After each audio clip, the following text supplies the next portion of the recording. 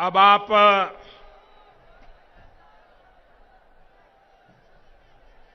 मैं 2014 में भी हरदोई आया था।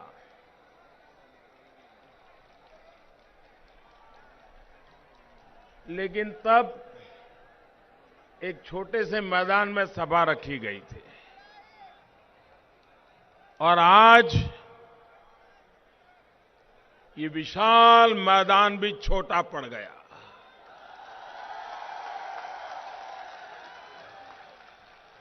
उधर भी फेंसिंग के उस पार लोग खड़े हैं, यहां पर सारे छत भरे पड़े हैं। भाइयों बहनों, इतनी बड़ी संख्या में आप हमारे सभी उम्मीदवारों को, भारतीय जनता पार्टी को और मुझे आशीर्वाद देने के लिए आए हैं। इसके लिए मैं आपका हृदय से बहुत बहुत आभार व्यक्त करता हूं।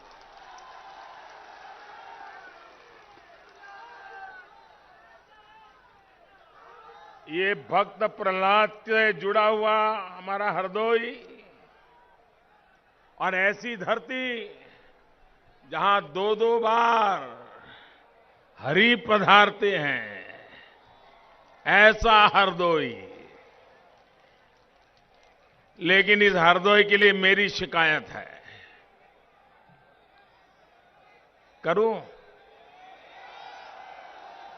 लेकिन आप बुरा मान जाएंगे तो, नाराज हो जाएंगे तो। अरे चुनाव के दिनों में नाराज करना अच्छा होता है क्या? बुरा नहीं मानोगे ना? करूं शिकायत करूं? पक्का? नहीं, अभी भी लगता है थोड़ा है।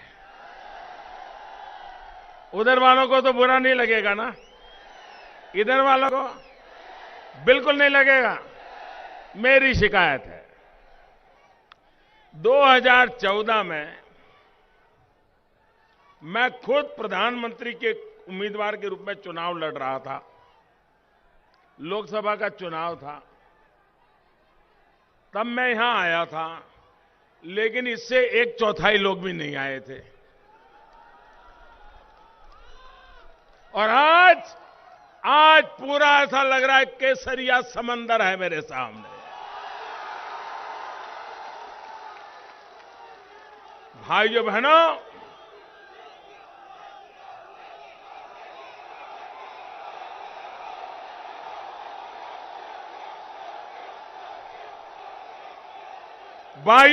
सवा 100 करोड़ देशवासियों का प्यार बोलता है, प्यार बोलता है।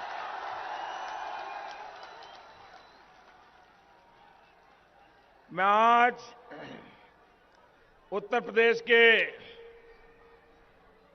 जिन 2 चरण में मतदान पूरा हुआ, उन 2 चरण में भारी मतदान हुआ और सब प्रकार के अनुमान लगाने वालों ने कह दिया है कि भारतीय जनता पार्टी का घोड़ा तेज गति से आगे बढ़ रहा है। प्रथम 2 चरण में भारतीय जनता पार्टी को जो भारी जन समर्थन दिया उत्तर प्रदेश ने, मैं इसके लिए उत्तर प्रदेश के भाइयों बहनों का हृदय से बहुत बहुत आभार व्यक्त करता हूं।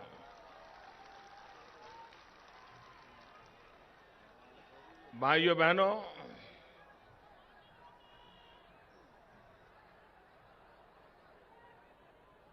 हमारे देश के वैज्ञानिकों ने कल एक बहुत बड़ा इतिहास बना दिया। आज दुनिया का,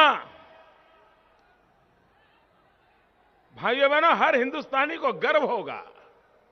आज दुनिया का कोई अखबार ऐसा नहीं है कोई टीवी चैनल ऐसी नहीं है सारी दुनिया की जिसने भारत के वैज्ञानिकों ने जो कल 104 सैटेलाइट एक साथ छोड़े उसकी तारीफ न हुई हो।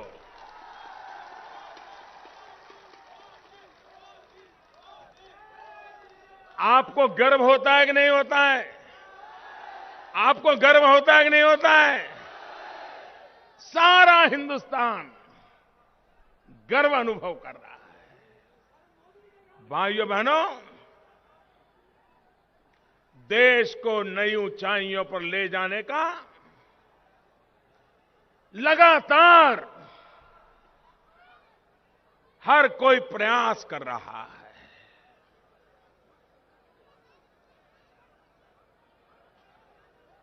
देश आगे बढ़ जाए, लेकिन उत्तर प्रदेश अगर पीछे रह जाएगा तो चलेगा क्या? और उत्तर प्रदेश आगे न बढ़े तो देश कभी आगे बढ़ सकता है क्या? अगर उत्तर प्रदेश बिहार से गरीबी गई तो मान लीजिए हिंदुस्तान से गरीबी गई। अगर उत्तर प्रदेश के नौजवान को रोजगार मिल गया तो मान लीजिए हिंदुस्तान से बेरोजगारी गई। इतना बड़ा प्रदेश है। इस प्रदेश के करोड़ों करोड़ों लोग, सामर्थ्यवान लोग, गंगा यमुना की धरती, ऊर्जाऊ भूमि, मेहनत कश लोग, क्या कारण है कि उत्तर प्रदेश से गरीबी जाने का नाम नहीं ले रही है? क्या कारण है? भाइयों बहनों, लोगों में कमी नहीं है, पैसों की भी कमी नहीं है, संसाधनों की भी कमी नहीं है, सामर्थ्य की भी कमी नहीं है, संकल्प की कमी नहीं है।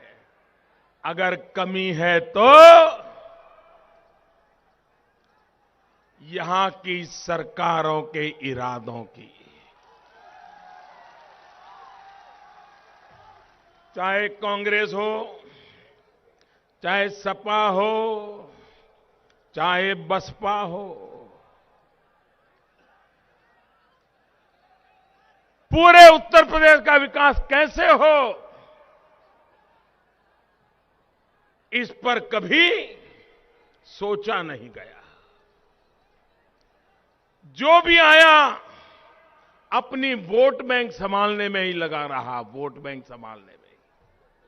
अपनी जो वोट बैंक है उसका भला हो जाए, उसके झोले में कुछ डाल दो, खुर्सियां आती रहेगी। भाइयों बहनों, उत्तर प्रदेश को ये सपा, बसपा, कांग्रेस के चक्कर से मुक्त किए बिना उत्तर प्रदेश का भाग्य नहीं बदलेगा।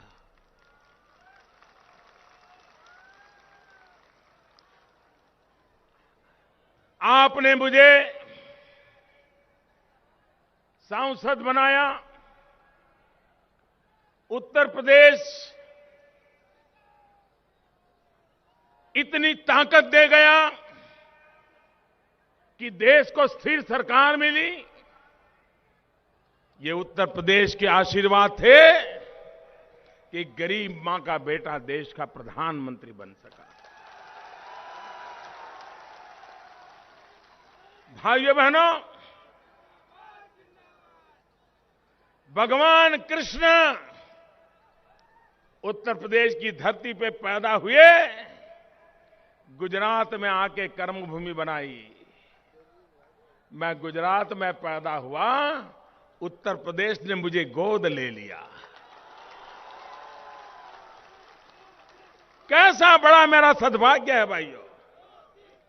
उत्तर प्रदेश ने मुझे गोद लिया है, और जिन्होंने मुझे गोद लिया है वो उत्तर प्रदेश तो मेरा माई बाप है, मेरा माई बाप है। और मैं ऐसा बेटा नहीं हूं कि माई बाप को छोड़ दूं। ये गोद लिया हुआ बेटा भी उत्तर प्रदेश माई बाप की चिंता करेगा, ये मैं आपको कहने आया हूं भाई। आपने मुझे गोद लिया है, ये उत्तर प्रदेश मेरा माई बाप है।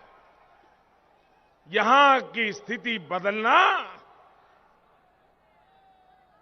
गोद लिया हुआ बेटा हूं तो भी ये मेरा कर्तव्य बनता है, और इस कर्तव्य को निभाने के लिए मुझे आपके आशीर्वाद चाहिए।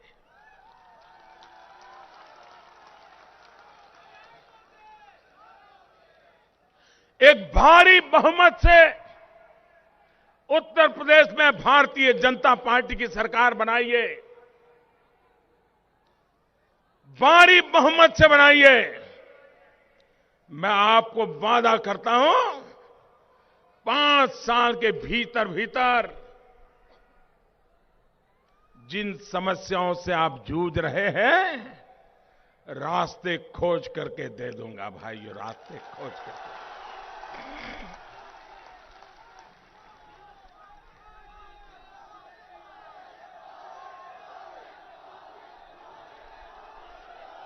आप मुझे बताइए, पुलिस थाना, ये पुलिस थाना होना चाहिए कि सपा का कार्यालय होना चाहिए? आप मुझे बताइए, पुलिस थाना होना चाहिए कि सपा का कार्यालय होना चाहिए? किसी राजनीतिक दल का कार्यालय पुलिस थाना हो सकता है क्या? पुलिस थाना कानून नियम से चलना चाहिए कि नहीं चलना चाहिए? पुलिस की जिम्मेवारी तय होनी चाहिए कि नहीं होनी चाहिए? राजनेताओं की दखल बंद होनी चाहिए कि नहीं होनी चाहिए? भाइयों बहनों, ये उत्तर प्रदेश में ऐसी भयंकर बीमारी हो गई है, थानेदार को भी गुना रजिस्टर करने से पहले इलाके के सपा के सूबे को पूछना पड़ता है कि ये शिकायत दर्ज करूं या न करूं। ये मेरी जानकारी सही है कि नहीं है? ये मेरी जानकारी सही है कि नहीं है? इससे मुक्ति दिलानी है कि नहीं दिलानी है? अगर सपा के कार्यकर्ता तय करेंगे कि किसका गुना रजिस्टर हो, किसका न हो, तो फिर गुंडा गर्दी करने वालों को कोई रोक पाएगा क्या? खुला मैदान मिलेगा कि नहीं मिलेगा?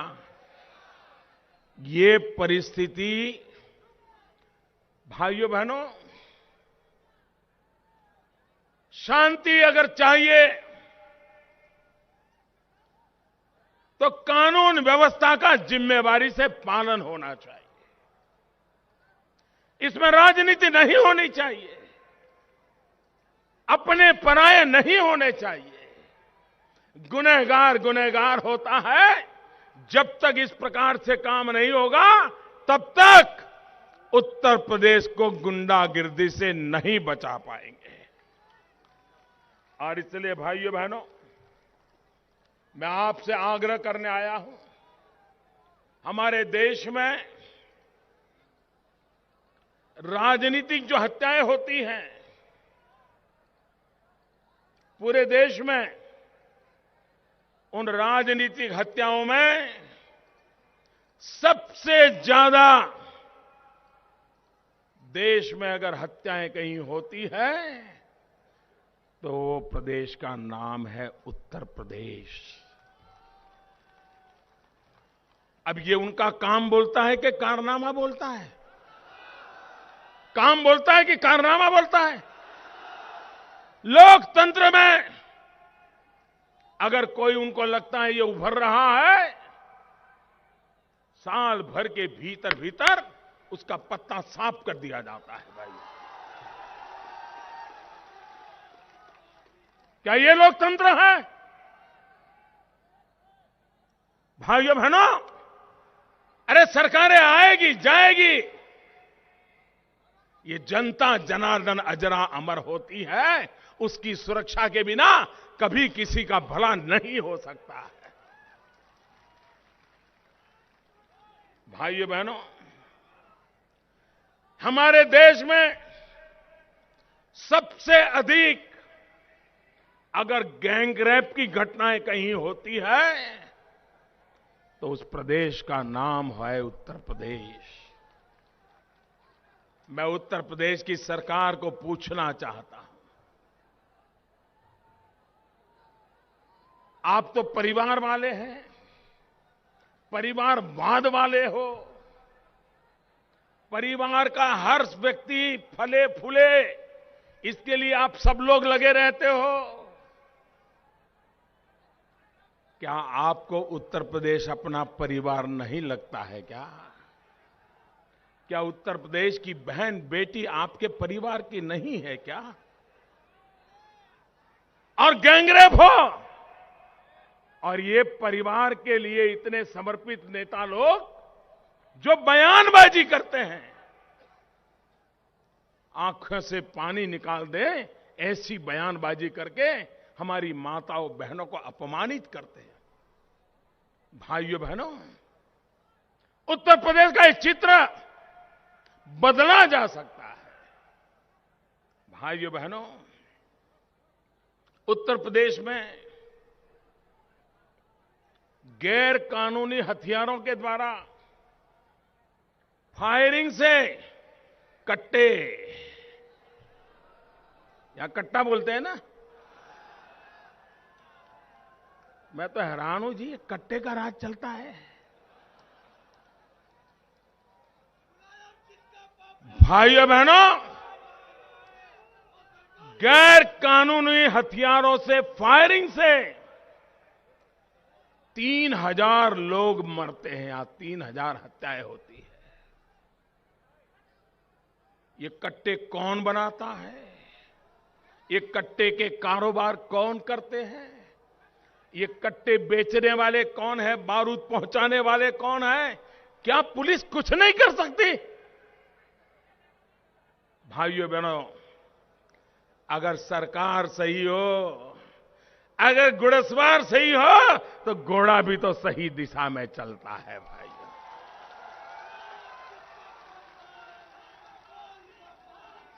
भाइयों बहनों,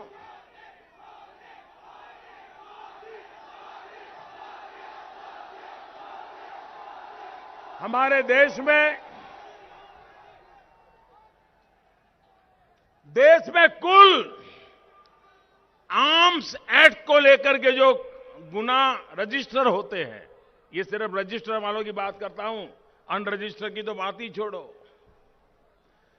आर्म्स एक्ट, हथियारों से संबंधित कानून, उसके विषय में जितने केसेस होते हैं, करीब करीब 50% अकेले उत्तर प्रदेश में होते हैं।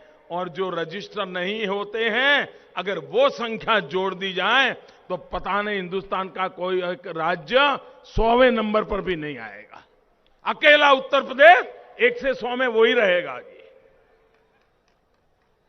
दलितों पर अत्याचार, भाइयों बहनों, दलित हो, पीड़ित हो, शोषित हो, वंचित हो, महिला हो, इनकी सुरक्षा ये राज्य की पहली जिम्मेवारी होती है। लेकिन दुख के साथ कहना पड़ेगा, इनके कारनामे देखो। पूरे हिंदुस्तान में दलितों पर जो अत्याचार की घटनाएं होती हैं, उसमें 20% से ज्यादा अकेले उत्तर प्रदेश में होती है। और सजा का तो नामो निशान नहीं है। भाइयों बहनों, समाज का सामान्य से सामान्य व्यक्ति, उसके जीवन पर इस प्रकार के संकट, और इसके लिए सीधी जिम्मेवारी सरकार की है। कानून भी है, पुलिस भी है, थाने भी है, फिर भी स्थिति बेहाल है। कारण सरकार में बैठे हुए लोगों में कोई कमी है, कोई दोष है।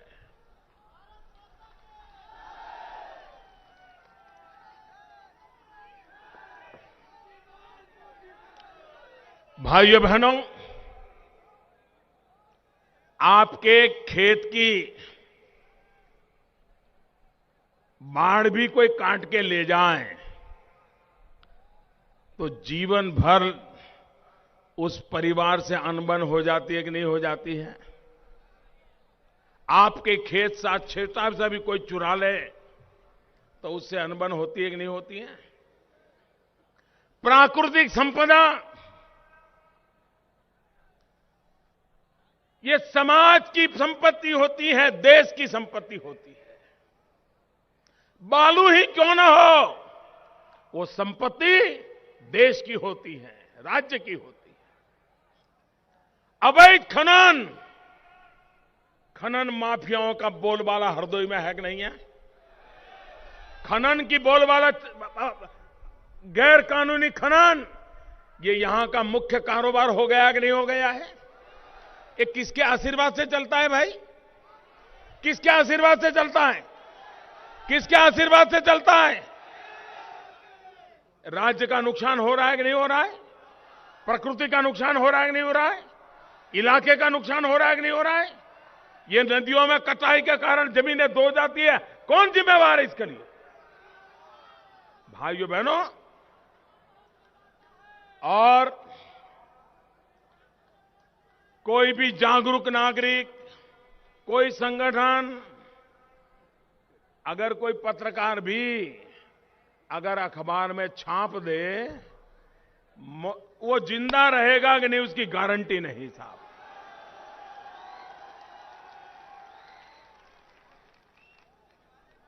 कोई पत्रकार एक खबर छाप दे कि हां अवैध खनन होता है तो उसको मौत की धमकियां दी जाती है साहब। और कभी कभी तो पुलिस थाने में से फोन जाता है। इससे बड़ा दुर्भाग्य क्या हो सकता है भाइयों? और इसलिए हम सत्ता के लिए जीने मरने वाले लोग नहीं हैं, हम उत्तर प्रदेश की जनता की भलाई के लिए जिंदगी लगाने वाले लोग हैं।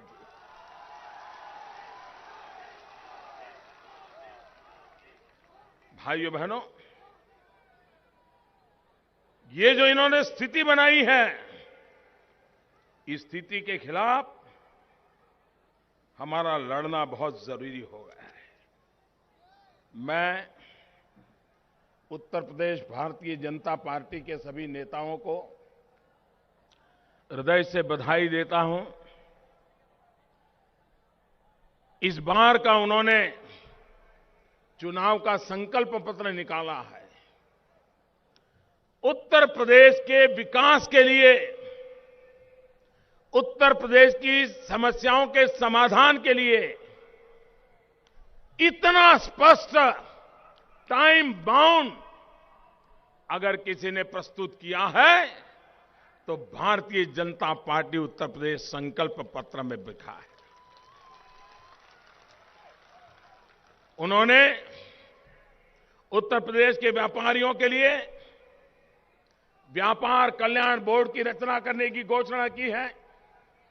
व्यापार उद्योग के लिए सीएमओ में, सीएम ऑफिस में सिंगल विंडो क्लियरेंस की उन्होंने व्यवस्था करके रखी है। ये जो वादे किए हैं, ये वादे उत्तर प्रदेश के सामान्य मानवी को सामान्य तौर पर होने वाली कठिनाइयों से मुक्त कराने का एक सरल रास्ता खोजा है। भाइयों बहनों, यहां के नौजवानों के लिए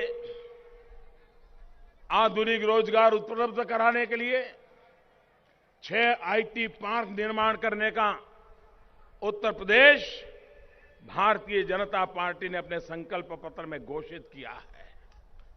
भाइयों बहनों, एक मौलिक रूप से महत्वपूर्ण निर्णय हमारे उत्तर प्रदेश के लोगों ने कहा है, और उन्होंने कहा है एक विश्वकर्मा श्रम सम्मान योजना 1,000 करोड़ रुपए से लागू की जाएगी।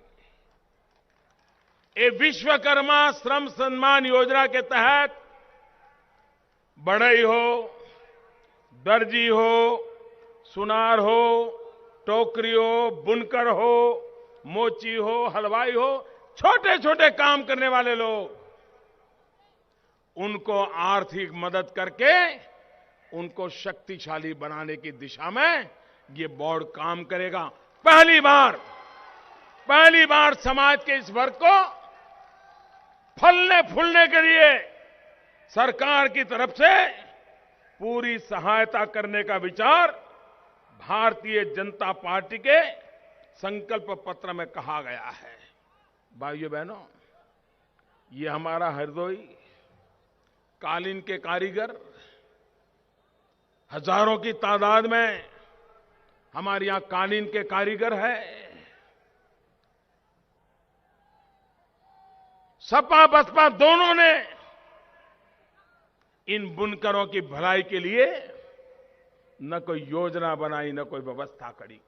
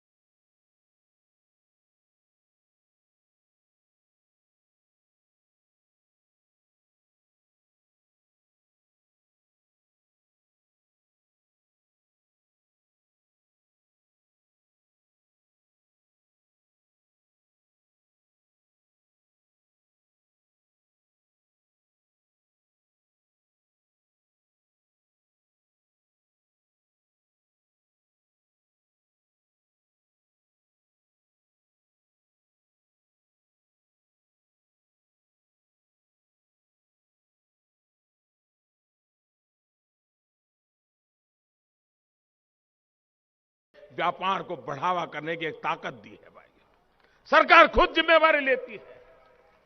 छोटा गांव होगा, छोटा घर होगा, उसमें भी बनी हुई चीज दुनिया के बाजार में बिक सकती है, इसकी चिंता हमने की है। भाइयों बहनों, इस विश्वकर्मा योजना के तहत उनको भी इसका फायदा मिलने वाला है। मैं भारतीय जनता पार्टी उत्तर प्रदेश को एक बात के लिए बधाई देना चाहता हूं कि उन्होंने अपने चुनावी संकल्प पत्र में एक महत्वपूर्ण फैसला किया है। उन्होंने कहा है कि उत्तर प्रदेश में जो छोटे किसान हैं, उनके फसल को लेकर के जो कर्ज हुआ है, भारतीय जनता पार्टी की सरकार बनते ही वो कर्ज माफ कर दिया जाएगा। भाइयों बहनों, जिस उत्तर प्रदेश ने मुझे गोद लिया है, जो उत्तर प्रदेश मेरा माई बाप है, उत्तर प्रदेश के सांसद के नाते मैं आपको वादा करता हूं, यहां के सांसद के नाते वादा करता हूं, इस उत्तर प्रदेश का गोद लिया हुआ बेटा वादा करता है,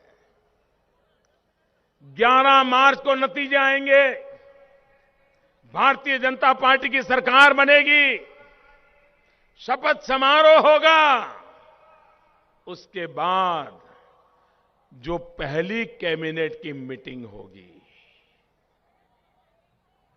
पहली मीटिंग में ही किसानों की कर्ज माफी का निर्णय कराऊंगा। ये जिम्मेवारी मैं लेता हूं भाइयों बहनों।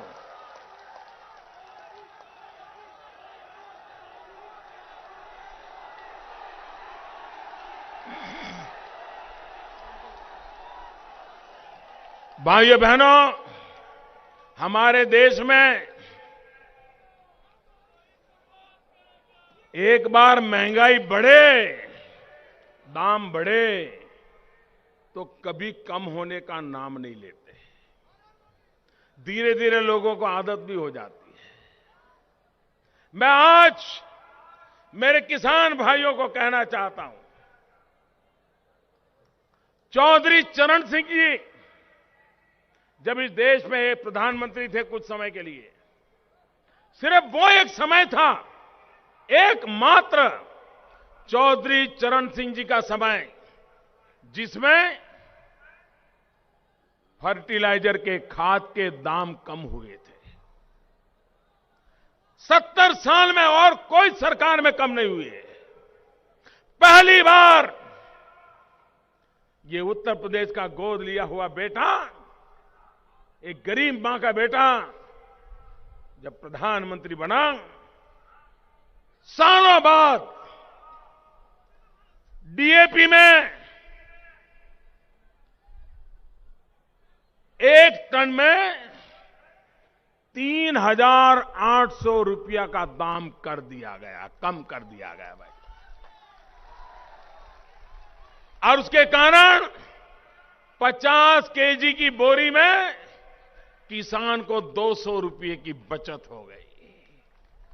एमओपी 1 टन में 5,000 रुपया दाम कम किया और उसके कारण 50 केजी की बोरी में किसान को 250 रुपया कम खर्चा हुआ। भाइयों बहनों, मिश्रित एनपीके प्रति टन 1,000 रुपया कम हुआ, बोरी में किसान को 50 रुपये का मदद हुआ।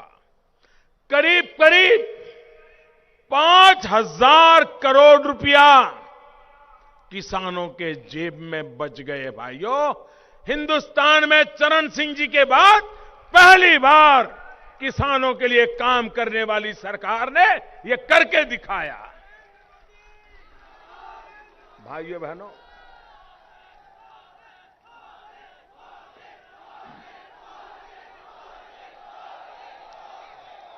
जब मैं प्रधानमंत्री बना, कुछ ही दिनों में जो मुख्यमंत्रियों की चिट्ठियां आती थी, उसमें सबसे ज्यादा चिट्ठी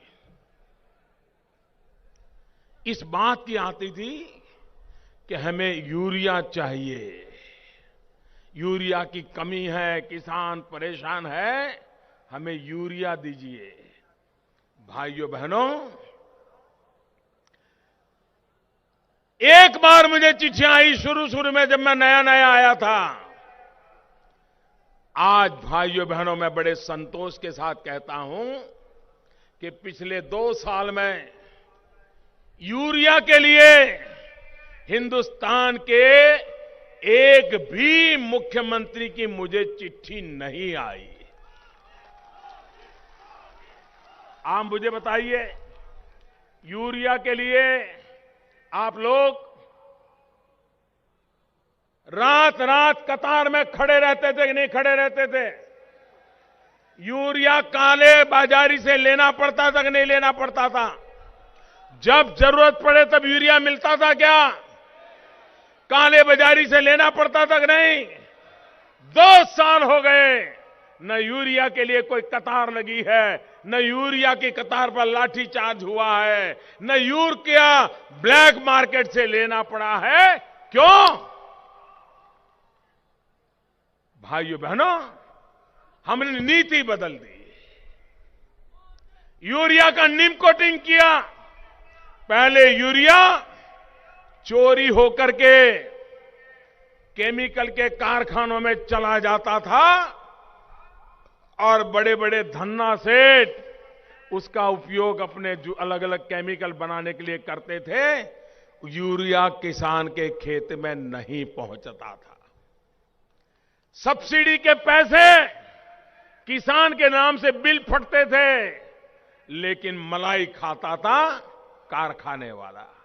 हमने जब नीम कोटिंग कर दिया, 100% नीम कोटिंग कर दिया, उसकी स्थिति ये हुई कि आज नीम कोटिंग किया हुआ यूरिया, मुट्ठी भर यूरिया भी अब किसी फैक्ट्री वाले को काम नहीं आ सकता।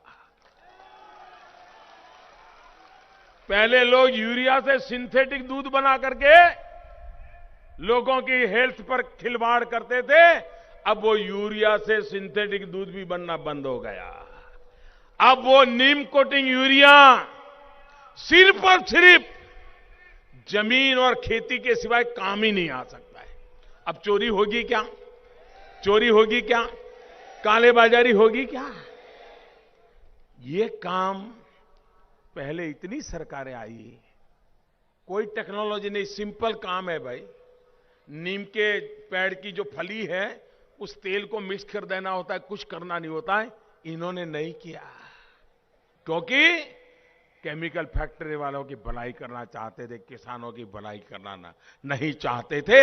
हमने इसको कर दिया और उसका परिणाम यह हुआ कि किसान के खेत को भी नीम कोटिंग के कारण जमीन का लाभ हुआ है, फायदा हुआ है। बुआई बढ़ी, लेकिन फर्टिलाइजर कम उपयोग में आया, किसान का पैसा बच गया, जमीन की तबीयत भी ठीक होने लग गई भाइयों। इतना ही नहीं, अभी मैंने उसका सर्वे करवाया, तो उस सर्वे में भी सैंपल सर्वे करवाया। जिनको ने पूरी तरह नीम कोटिंग यूरिया समय पर डाला, उनके गेहूं के उत्पादन में 5% वृद्धि हुई। जिन्होंने धान की खेती की, गन्ने का उत्पादन किया, उनके उत्पादन में 15% की वृद्धि हुई। ये सीधा सीधा जमीन उतरी, मेहनत उतरी, ज्यादा कमाई हुई। भाइयों बहनों, किसान के लिए कैसे काम करना, ये आपको ध्यान में आता है। हमने प्रधानमंत्री फसल बीमा योजना लाए। ये प्रधानमंत्री फसल बीमा योजना राजस्थान 50% से अधिक किसानों को लाभ दे रहा है। मध्य प्रदेश 50% से अधिक किसानों को लाभ मिल रहा है। छत्तीसगढ़, हरियाणा भाजपा की सरकारें हैं, 50% से अधिक लोगों को लाभ मिल रहा है। लेकिन ये काम करने वाली सरकार किसके लिए काम करते हो रे?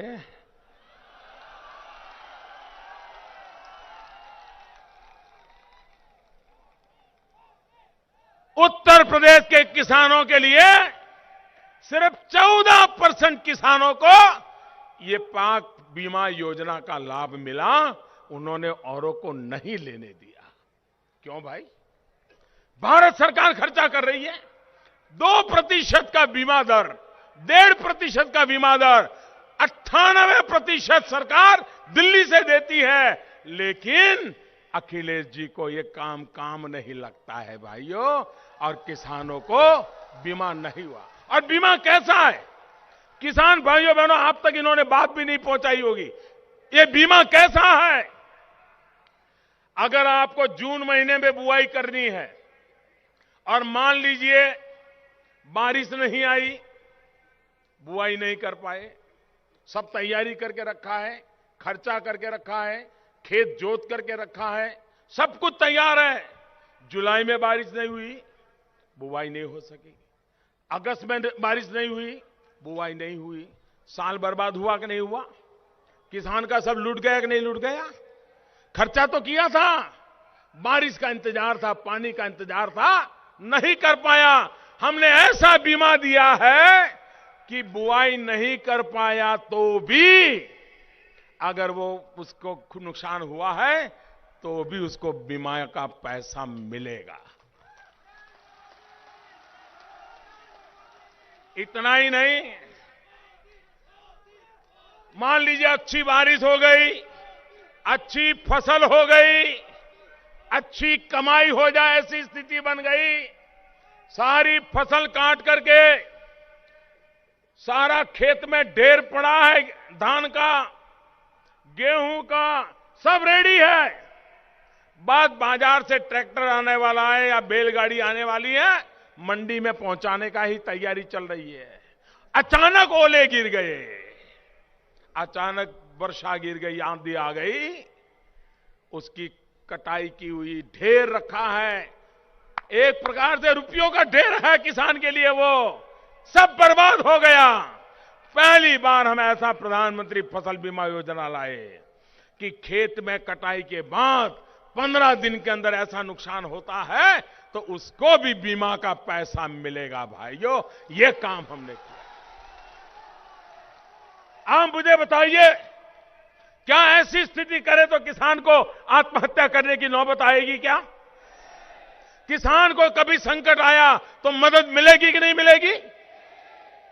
लेकिन भाइयों बहनों, जिनका काम बोलता है उनका किसान नहीं बोलता है कि उसको बीमा मिला है। भाइयों बहनों, और इसलिए मैं कहना चाहता हूं कि लोगों का भला करने का उनका इरादा नहीं है।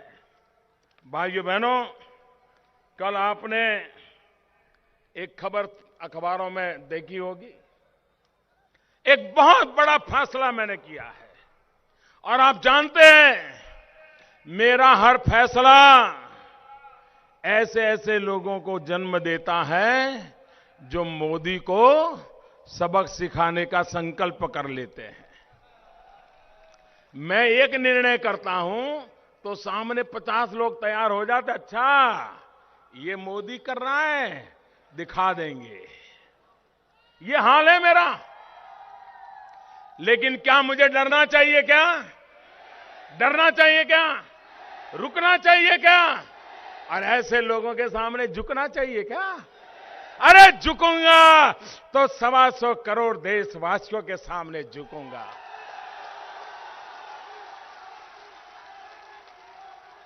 भाइयों बहनों, मैंने अभी एक निर्णय किया। मैं जानता हूं कैसे कैसे लोग नाराज होंगे, मुझ पे कितने खतरे आएंगे, मैं जानता हूं कैसी कैसी तकलीफें पैदा करेंगे, मैं जानता हूं। लेकिन मैंने निर्णय किया है, गरीबों के लिए किया है, मैंने निर्णय किया है, सामान्य व्यक्ति के लिए किया है। हमारे देश में हृदय रोग की बीमारी बढ़ती चली जा रही है, और डॉक्टर के पास जाओ, आप तो कुछ जानते नहीं हो, अंदर ले जाते हैं अकेले को, ऑपरेशन थिएटर में सुला देते हैं, अंदर क्या करते हैं पता मालूम नहीं, बाहर आते हैं तो उसके पहले बिल आ जाता है। एक हार्ट की बीमारी होती है तो स्टेंट लगा देते हैं, और मुझे कहा कि उत्तर प्रदेश में कहते हैं कि छल्ला लगवाते हैं, छल्ला है, हृदय की बीमारी हो तो बोले छल्ला लगवा देते हैं। भाइयों बहनों, मुझे बड़ी पीड़ा होती है। सालों से ये हृदय रोग का बीमारी गरीब को भी होती है, मध्यम वर्ग को होती है, टीचर को होती है, दरोगा को होती है, सामान्य व्यक्ति को भी होती है। लेकिन जब उसको बीमारी होती है तो बिल लगता है 45,000 रुपया।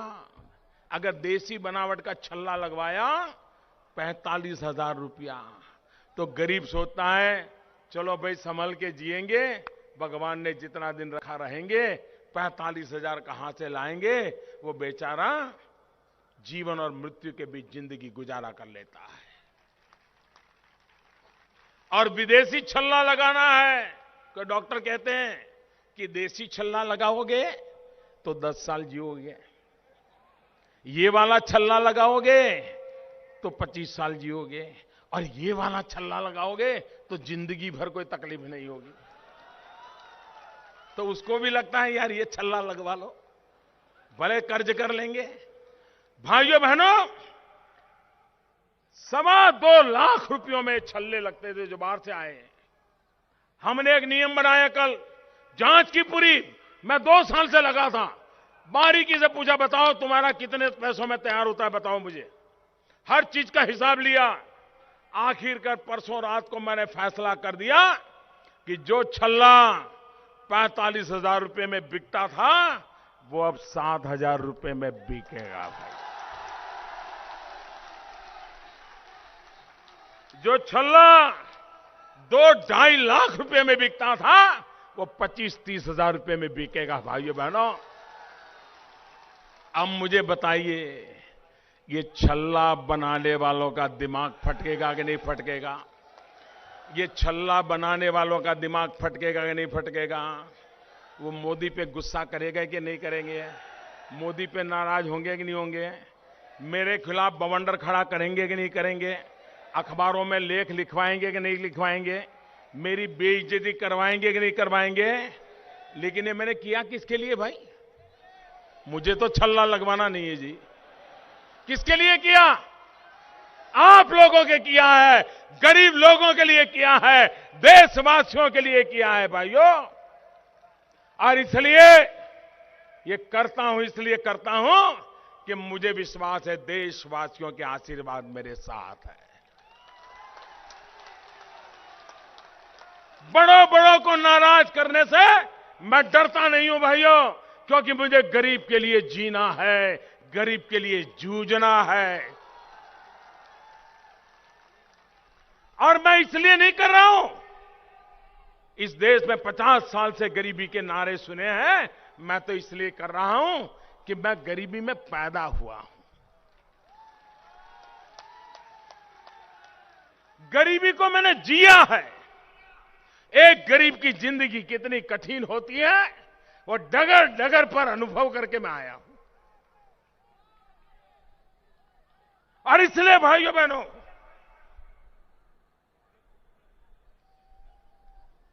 गरीबों के लिए कुछ करना, उनकी जिंदगी में बदलाव लाना, इसका मैंने बीड़ा उठाया है। आपके मुझे आशीर्वाद चाहिए भाइयों बहनों, आपके मुझे आशीर्वाद चाहिए। ये सपना पूरा होकर के रहेगा। दवाइयां, भाइयों बहनों, दवाइयां कैसे बिक रही थी, मैं तो हैरान हूं साहब। 3 बीमारियां खास, कैंसर, डायबिटीज, हृदय रोग। अब ये बीमारी भी ऐसी है कि कोई भी आदमी चिंता करता है, जो भी खर्चा करना पड़े दवाई ले लेना, समझ पता तो है नहीं। हमने जन औषधि के केंद्र खोले सैकड़ों की तादाद में। सबसे पहला काम किया, एक 670 के करीब दवाइयों की सूची बनाई, जो कैंसर, डायबिटीज और हृदय रोग के लिए जरूरत पड़ती है। अनाप शनाप पैसे लेते थे, अनाप शनाप, कोई पूछने वाला नहीं था। भाइयों बहनों, हमने इन 700 दवाइयों की सूची बनाई, उसका दाम पक्का कर लिया और ये दवाई बनाने वालों को मजबूर कर दिया कि इससे ज्यादा पैसे नहीं लोगे। जिस दवाई का 200 रुपया लूटते थे, 30-40 रुपये देने में मजबूर कर दिया भाइयों। भाइयों बहनों, गरीब का भला कैसे होता है? अगर सरकार में दम हो, अगर सरकार में दम हो तो भाइयों बहनों, गरीब को ध्यान में रख करके, चाहे शौचालय बनाने की बात हो, चाहे स्वच्छता का अभियान हो, अगर एक बार नेक इरादे हो तो ये भी काम कर सकते हैं भाइयों बहनों। हमने करके दिखाया है। आप मुझे बताइए, शौचालय बनाना, क्या उसके लिए बहुत बड़े इंजीनियरों की जरूरत थी क्या? आप मुझे बताइए भाइयों बहनों, आज भी हमारी माताएं बहनें, उनको खुले में शौच जाना पड़े, इसके लिए हमें चिंता होनी चाहिए कि नहीं होनी चाहिए? आज भी करोड़ों करोड़ों मेरी मां बहनें खुले में शौच जाना पड़ता है और वे सूरज उगने से पहले भागती है शौच के लिए। उसको डर रहता है कहीं सूरज निकल जाएगा तो कहीं जा नहीं पाऊंगी। वो चैन से सो नहीं सकती है, दिन में भी उसको जाना है, शरीर को पीड़ा हो रही है, वो इंतजार करती है कि सूरज ढलने के बाद जाऊंगी। और डर भी रहता है कोई सरफरा इज्जत लूट न ले। कितनी मुसीबत से हमारी गरीब माताएं बहनें जीवन गुजारा करती है। क्या उनको शौचालय जैसी व्यवस्था मिलनी चाहिए कि नहीं मिलनी चाहिए? मिलनी चाहिए कि नहीं मिलनी चाहिए? भाइयों बहनों, मैंने इसका बीड़ा उठाया, लगा हूं मैं। लोग कहते हैं हम फलाना बनाए, हमने ढिकना बनाए। अरे जो बनाए बनाओ, मुझे तो मेरी गरीब मां के लिए शौचालय बनाना है। तुमको जो बनाना है बनाते रहो, और तुम उत्तर प्रदेश को भी बनाते हो, मूर्ख बनाते रहते हो। भाइयों बहनों, गरीब को ध्यान में रख करके हम काम करते हैं। आप मुझे बताइए, ये एलईडी बल्ब ये कोई मोदी ने आकर के खोजा है क्या? भाइयों बहनों, एलईडी बल्ब अगर लगाते हैं तो गरीब के घर में अगर 3-4 लट्टू है, उसका 250-300 रुपया बिजली का बिल बच जाता है। अगर 250-300 रुपया बिजली का बिल बच जाता है तो बच्चे को दूध पिला सकता है सिर्फ एलईडी बल्ब लगाने से। पहले एलईडी बल्ब की कीमत होती थी 300-400 रुपया। हम आए, हिसाब लगाया, बुलाया, तो बताओ भाई क्या है? हिसाब लगा तो साहब मामला 70-80 पर आ गया। ये लूट है कि नहीं बताइए? ये लूटोरे के भागीदार सरकार में बैठे हैं कि नहीं बैठे हैं? मैंने कह दिया 80-70-80 रुपए में एलईडी का बल्ब बेचना पड़ेगा। अब मुझे बताइए, वो मुझे जिंदा रहने देंगे क्या? मेरा जितना नुकसान करना होगा छोड़ेंगे क्या मुझे? अरे मेरा जो करना है कर लीजिए, लेकिन आज 20 करोड़ से ज्यादा एलईडी बल्ब घरों में पहुंचा दिए। और भाइयों बहनों, 11,000 करोड़ रुपया से ज्यादा बिजली का बिल गरीब आदमी का कम हो गया, उसके जेब में पैसा बच गया। भाइयों, काम कैसे होता है ये हमने करके दिखाया है। और इसलिए भाइयों बहनों, अकेले हरदोई जिले में 1.25 लाख एलईडी बल्ब लगे। 1.25 लाख। लोगों को लगता है ना मोदी की योजना नीचे नहीं पहुंचती है। मैं तो हरदोई जिले का बताऊं, 1.25 लाख एलईडी बल्ब अकेले हरदोई जिले में पहुंच गए। भाइयों, मैं जरा उत्तर प्रदेश की सरकार कैसे काम करती है मैं बताता हूं जी। हमने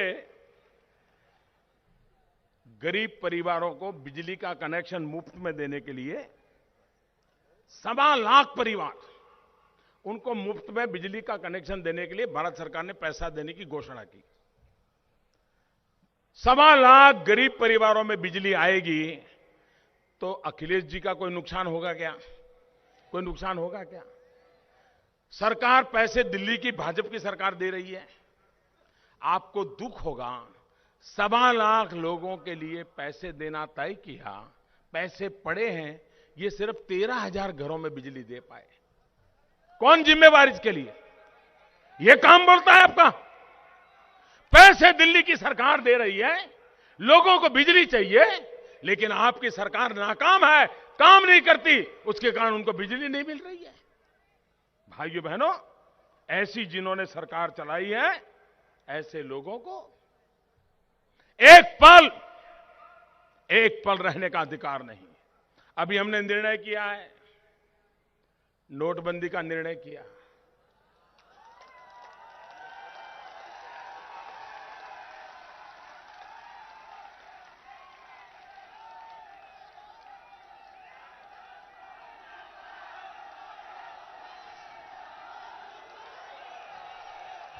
8 नवंबर रात को 8 बजे अच्छों का पत्ता साफ हो गया कि नहीं हो गया? लुटेरों को पता चल गया ना कि कोई आया है, कोई उत्तर प्रदेश का लाल आया है जो अब गरीबों को लूटने नहीं देगा। पता चल गया कि नहीं चल गया? भाइयों बहनों, मैं आपको विश्वास दिलाता हूं, जिन्होंने 70 साल तक गरीबों का लूटा है उनको लौटाना ही पड़ेगा। 10 बार कहता हूं, लौटाना ही पड़ेगा। ये भ्रष्टाचार, काले धन के खिलाफ ये मेरी लड़ाई है और भ्रष्टाचार, काले धन की जुगलबंदी है भाइयों। ये भ्रष्टाचार खत्म होना चाहिए। आप मुझे बताइए, सारी बुराइयों की जड़ में भ्रष्टाचार है कि नहीं है? नौकरी नहीं मिलती भ्रष्टाचार के कारण है कि नहीं है? घर नहीं मिलता है भ्रष्टाचार के कारण है कि नहीं है? अरे रेलवे में टिकट न मिले ये भ्रष्टाचार के कारण होता है कि नहीं होता है? भाइयों बहनों, बीमारी इतनी फैली हुई है, 70 साल में कुछ भी नहीं बचने दिया है। दीमक की तरह भ्रष्टाचार ने तबाही लाई है। उसके खिलाफ किसी ने तो लड़ना चाहिए कि नहीं लड़ना चाहिए भाइयों? लड़ना चाहिए कि नहीं लड़ना चाहिए? नोटबंदी करके एक मैंने बड़ा अहम कदम उठाया है भ्रष्टाचार के खिलाफ लड़ाई लड़ने के लिए। जिन्होंने नोटों के बंडल घर में रखे थे, बिस्तर के नीचे रख करके सोते थे, सब ठिकाने लग गए कि नहीं लग गए? पाई पाई बैंकों में आई कि नहीं आई? आई कि नहीं आई? अब वो बैंकों से पैसा देश के विकास में काम लगेगा कि नहीं लगेगा? जिन्होंने चोरी का माल इकट्ठा किया था उनको हिसाब देना पड़ेगा कि नहीं देना पड़ेगा? भाइयों बहनों, हिसाब पूरा करके रहने वाला हूं मैं, रुकने वाला नहीं हूं।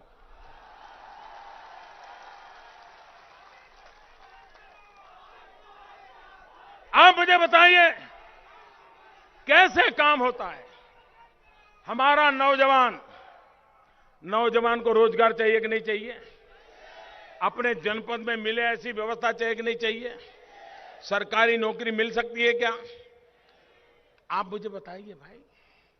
सरकार में एक इंटरव्यू होता है, इंटरव्यू। आप फर्स्ट क्लास फर्स्ट आए हो, 80% मार्क्स आए हो, फिर आपको सरकार बुलाती है टेस्ट देने के लिए, लिखित में टेस्ट देते हो, उसमें भी 80% मार्क आ जाए तो फिर चिट्ठी आ जाती है, फलानी तारीख को इंटरव्यू है। इंटरव्यू आने के बाद आपकी नींद उड़ जाती है। इंटरव्यू आने से खुशी नहीं होती है, नींद उड़ जाती है। आपको खोजते हैं, यार कोई जान पहचान वाला मिल जाए ताकि इंटरव्यू से निकल जाऊं। होता है कि नहीं होता है? आपके घर में इंटरव्यू पहुंचता है, 2 दिन में बिचौलिया आ जाता है। अच्छा इंटरव्यू आ गया, आपको लगता है इस भाई ने मदद की होगी, फिर कहता है चिंता मत करो, नौकरी पक्की है, बस 2 लाख दे दो। वो बिचौलिए घूमते हैं, इंटरव्यू वालों के घर जाते हैं, 2 लाख 5 लाख 2 लाख 5 लाख।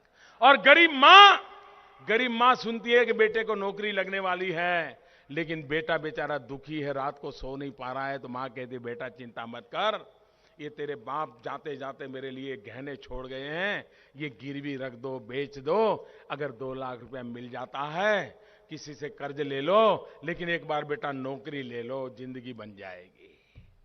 गरीब मां अपने गहने गिरवी रख करके बेटे को इंटरव्यू पास करने के लिए पैसे देती है। भाइयों बहनों, क्या यह स्थिति बंद होनी चाहिए कि नहीं होनी चाहिए?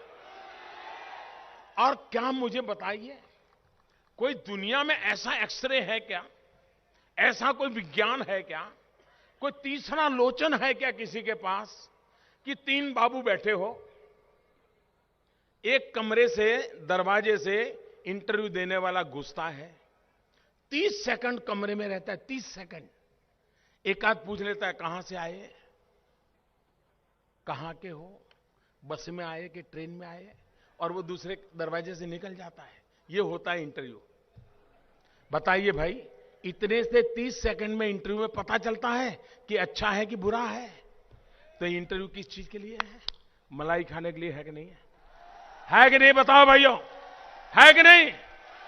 दिल्ली में मुझे जब से आपने बिठाया, मैंने पहला काम किया, वर्ग 3 और 4 सरकार में 90% जगह वर्ग 3 और 4 की होती है। मैंने कहा कोई इंटरव्यू नहीं होगा, नो इंटरव्यू। वो अपना परीक्षा में जो मार्क्स आया है वो कंप्यूटर में डाल देगा, कंप्यूटर तय करेगा कि सबसे ज्यादा पहले 200 कौन है, उन 200 को नौकरी का ऑर्डर चला जाएगा। गरीब विधवा मां के घर भी ऑर्डर सीधा सीधा पहुंच जाएगा। भाइयों बहनों, भ्रष्टाचार गया कि नहीं गया? मैंने अखिलेश जी को कहा कि मैंने दिल्ली में किया है, आप उत्तर प्रदेश में करो ना। नहीं किया, नहीं किया। भाइयों बहनों, हमारी सरकार उत्तर प्रदेश में बनते ही ये भाई भतीजावाद तेरा मेरा और नौकरी में जिसका हक था उसको मिला नहीं है, उसको हक दिलाने का काम सबसे पहले करेंगे। नौकरी में वोट बैंक के आधार पर नौकरी देना, फलानी जाति के लोग वोट देते हैं, उस जाति को वो नौकरी भी देना। भाइयों बहनों, तो बाकी लोग जाएंगे कहां? भाइयों बहनों, यह अन्याय है। यह अन्याय के खिलाफ मुझे लड़ाई लड़नी है और इसलिए मुझे आपके आशीर्वाद चाहिए। भाइयों बहनों, ये चुनाव परसों कल हमारे वैज्ञानिकों ने 104 सैटेलाइट छोड़े। दुनिया के किसी देश ने हमसे सबूत नहीं मांगा है, लेकिन जब हमने सर्जिकल स्ट्राइक किया, सबूत मांग रहे थे, सबूत। मैं तो कल सोच रहा था, मैंने वैज्ञानिकों को फोन किया, मैंने कहा भाई कुछ सबूत बबूत रेडी रखना, पता नहीं कोई निकल पड़ेगा कि मोदी ने तो उत्तर प्रदेश में चुनाव चल रहा है इसलिए 104 सैटेलाइट छोड़े हैं, सबूत रेडी रखना। मैंने कहा सर्जिकल स्ट्राइक, देश की फौज के लोगों ने जान की बाजी लगा रहे थे और तुम सबूत मांग रहे थे। शर्म आनी चाहिए, आप लोगों को शर्म आनी चाहिए।